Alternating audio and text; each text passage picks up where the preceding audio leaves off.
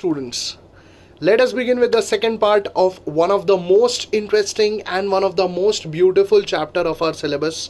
My name is Sagar Pandya and we are going to begin with the next part, that is the next part of first chapter of political science, Maharashtra State Board, that is the world since 1991. Let's begin.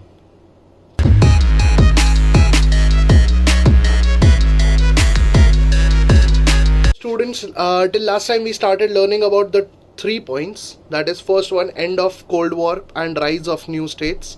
Second one, emergence of unipolarity. Third one, human rights and humanitarian intervention. Today we are going to start with a very interesting part, that is we are going to start with fourth point, that is terrorism. Now terrorism, the attack of New York Trade Center, if you can see here. The attack of New York Trade Center, also known as World Trade Center at Washington DC, and also the Pentagon on 11th of September 2001, popularly referred as 9/11 attacks, brought in a new form of terrorism in the world. The United States government claimed that these planes were hit by Osama bin Laden. The concept of terrorism is not new.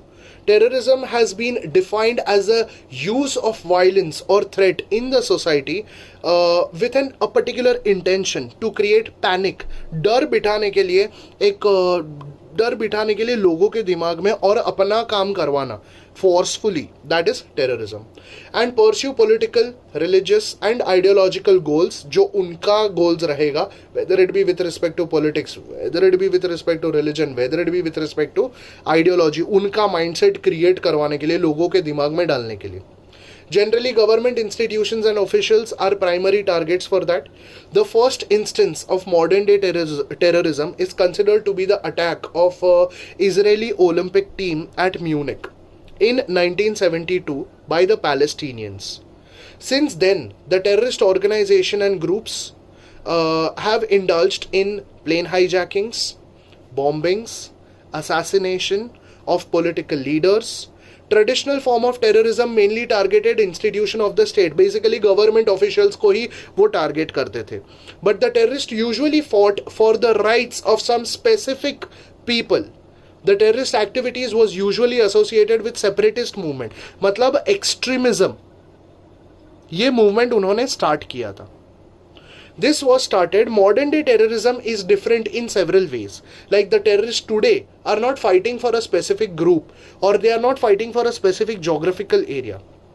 The terrorist organizations are also motivated and inflamed by an abstract religious ideology. The fight is for abstract goals and also operation are global in nature.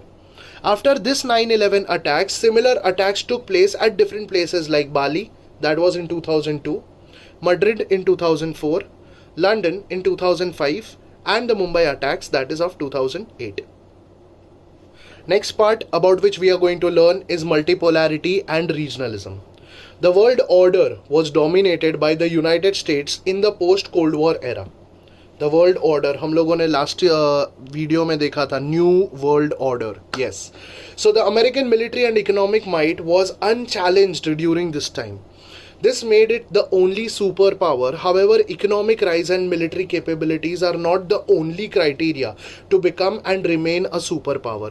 So, economic rise and military capability are not the only two things जो कोई भी country को superpower बनाएगा. It is the amalgamation of both, that is mixture of both hard power and soft power that shapes a country to become a world power. So, एक side पे hard power, दूसरे side पे soft power, दोनों का amalgamation, दोनों का mixture gives you world power, superpower. While hard power relies on coercion, that is mixture of military force and also economic sanctions, soft power includes persuasion.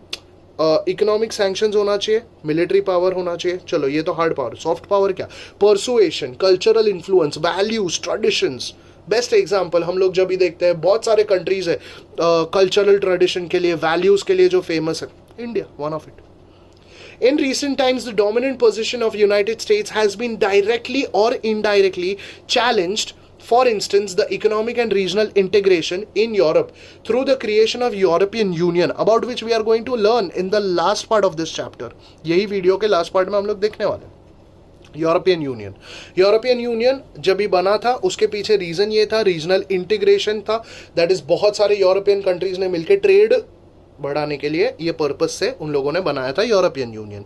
The rise of Asia through the presence of China and Japan followed by India in the global world order.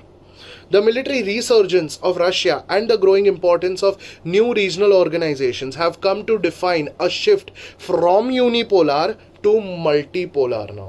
मतलब पहले bipolar था, बाद में वापस unipolar हो गया, अभी multipolar हो गया. खेलो बच्चों. सो मल्टीपोलैरिटी का मतलब क्या हुआ? मतलब every country who is trading with all different nations, that is जिसको ट्रेड रिस्ट्रिक्शंस नहीं है, वो एवरी कंट्री, मतलब every country can become a super power today. Hopefully maybe in coming years India is also going to become a super power. China has posed a formidable challenge to the unipolar world led by United States.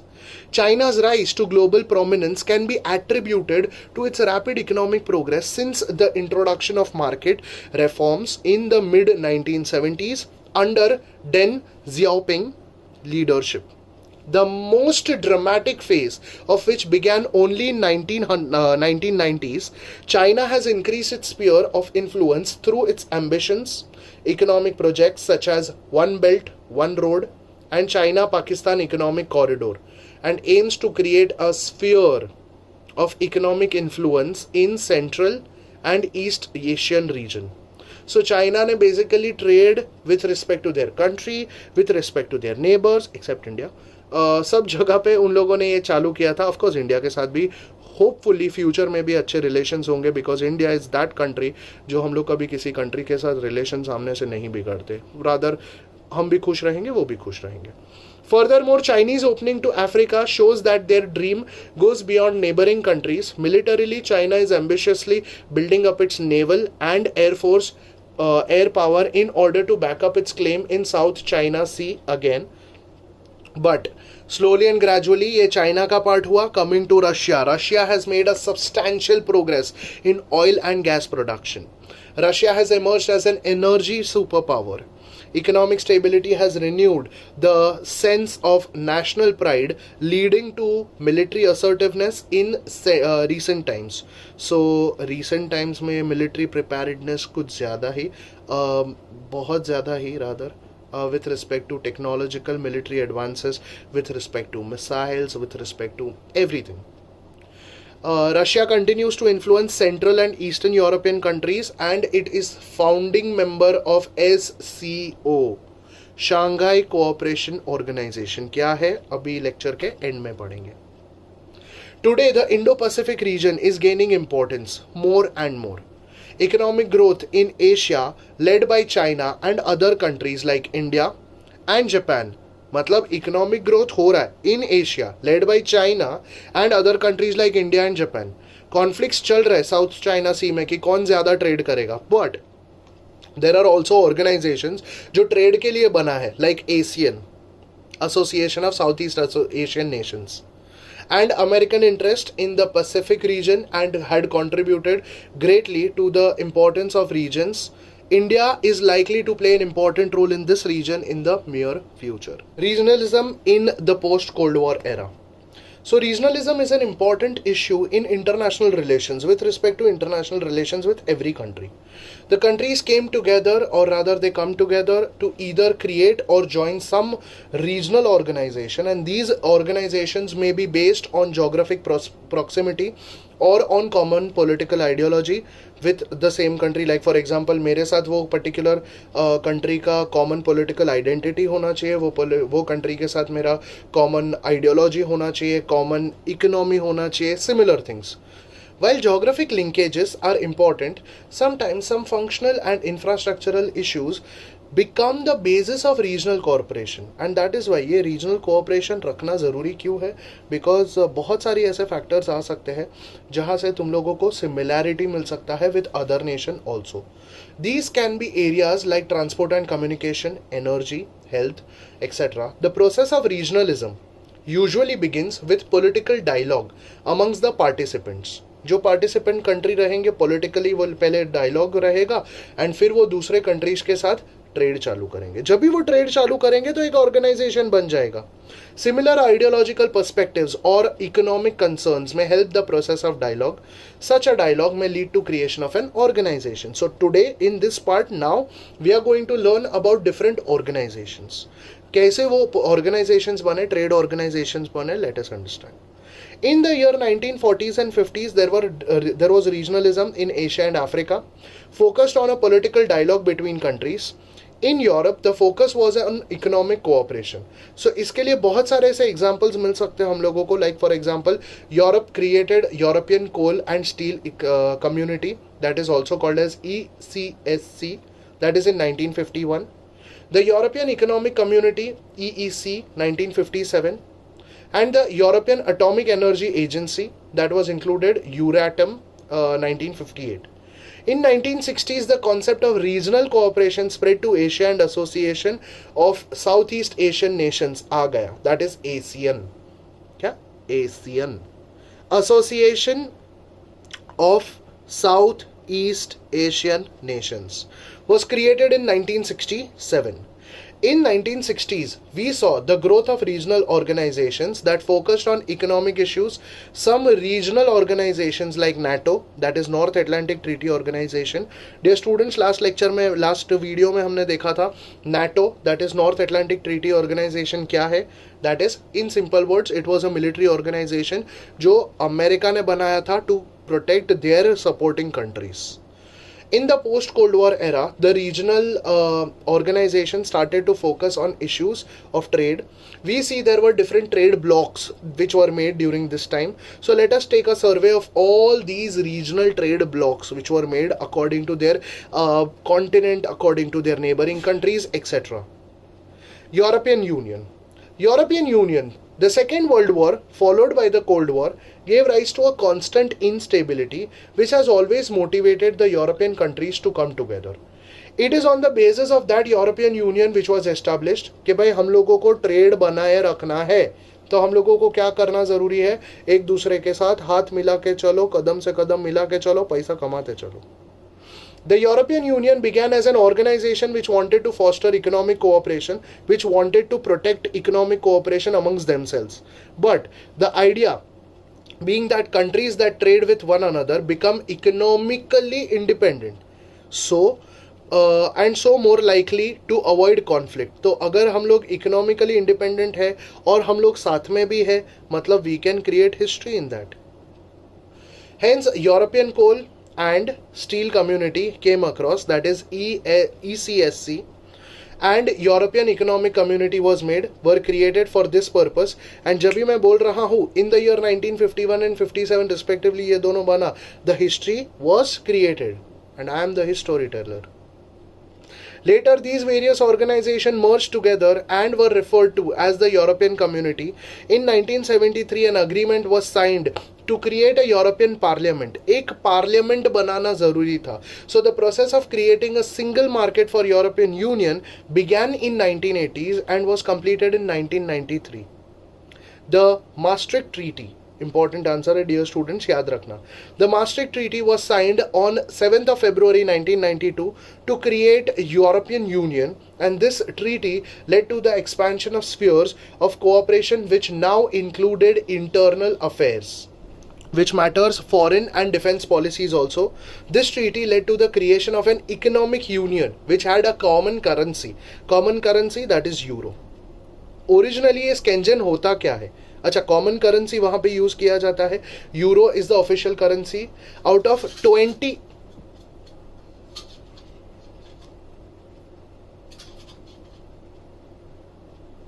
Euro is the official currency of 19 out of 28 countries of European Union. These countries are collectively known as Eurozone. The process of European cooperation began as a purely economic union and evolved into organizations dealing with various policy areas like climate change, environment, health, external relations, and security and migration. The creation of Schengen area is one of the greatest achievements of European Union. Now if you can see here, these are the countries European Union के, that is called as Schengen area. अब ये Schengen area क्या होता है? Let us understand. The Schengen Agreement was made covering the abolishment of an internal border. Internal border नहीं होगा between the countries. This was signed in 1985. The agreement was signed by 5 European countries, that is France, Germany, Belgium, Luxembourg and Netherlands. In Schengen, a small village in southern Luxembourg.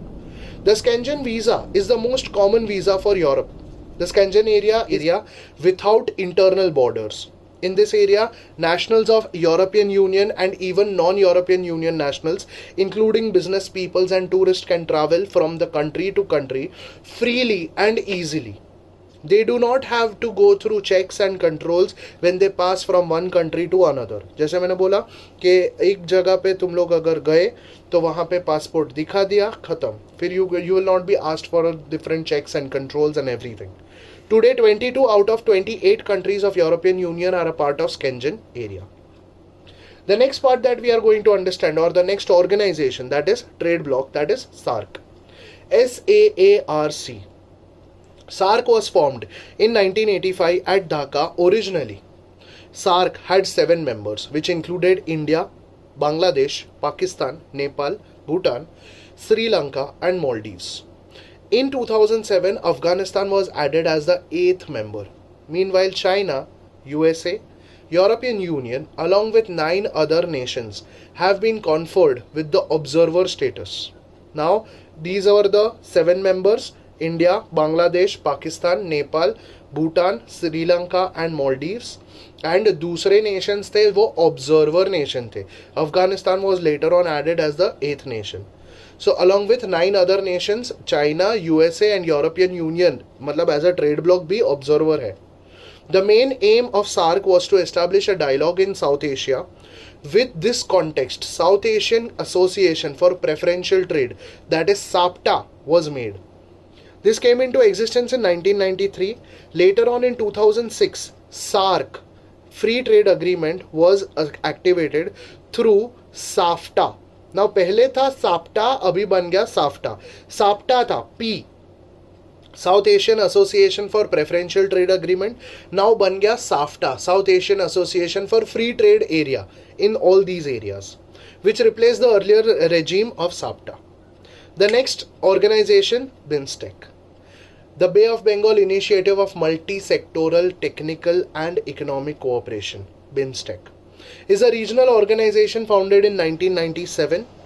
It comprises of 7 member states lying in littoral and adjacent area of the Bay of Bengal. Among them, 5 are from South Asia, including Bangladesh, Bhutan, India, Nepal, Sri Lanka, and 2 from Southeast Asia, including Myanmar and Thailand. BIMSTEC acts as a bridge between South and Southeast Asia, South Asia and Southeast Asia, and mainly aims to facilitate the rapid economic development and promote collaboration on matters of common interest. That is BIMSTEC. Basically trade बढ़ाना था. Bay of Bengal के through कौन सा countries जाता है, सब control रखा. Next is BRICS. BRICS, Brazil, Russia, India, China, South Africa, is an association majorly emerging national economies created in 2009. Its original members were Brazil, Russia, India and China. South Africa was joined later on in 2010. The BRICS member are all developing countries, and new industrialization came across because of this. They have large, fast-growing economies and significant influence on regional and global affairs. All of them are members of G20. Now G20 क्या होता है? 2 minute बाद समझेंगे. Shanghai Cooperation Organization, SCO. Now it is a Eurasian political, economic and security organization which was founded in Shanghai by the leaders of China, Russia, Kazakhstan, Kyrgyzstan, Tajikistan, Uzbekistan in the year 2001. India and Pakistan joined in 2016.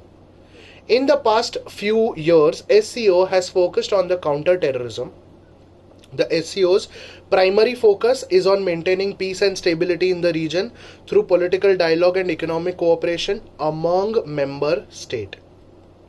SCO also encourages effective cooperation in trade, research and technology. Finally, the next part, that is G20. G20 is an international forum established in 1999 for government and central bank governors from 19 countries and European Union. It was formed with a primary aim at discussing policies relating to financial stability. Since 2008, the G20 summits are attended by the heads of different government or head of different states along with their finance department or finance ministers and foreign ministers. Developed countries like US, Britain, Germany, France and Japan among others are a part of G20. It thus acts as a platform for discussion between the developed and the developing countries. India plays a great role and active part in G20 summit even today. That is in 2020. So we have seen some of the important trends in global politics since 1991.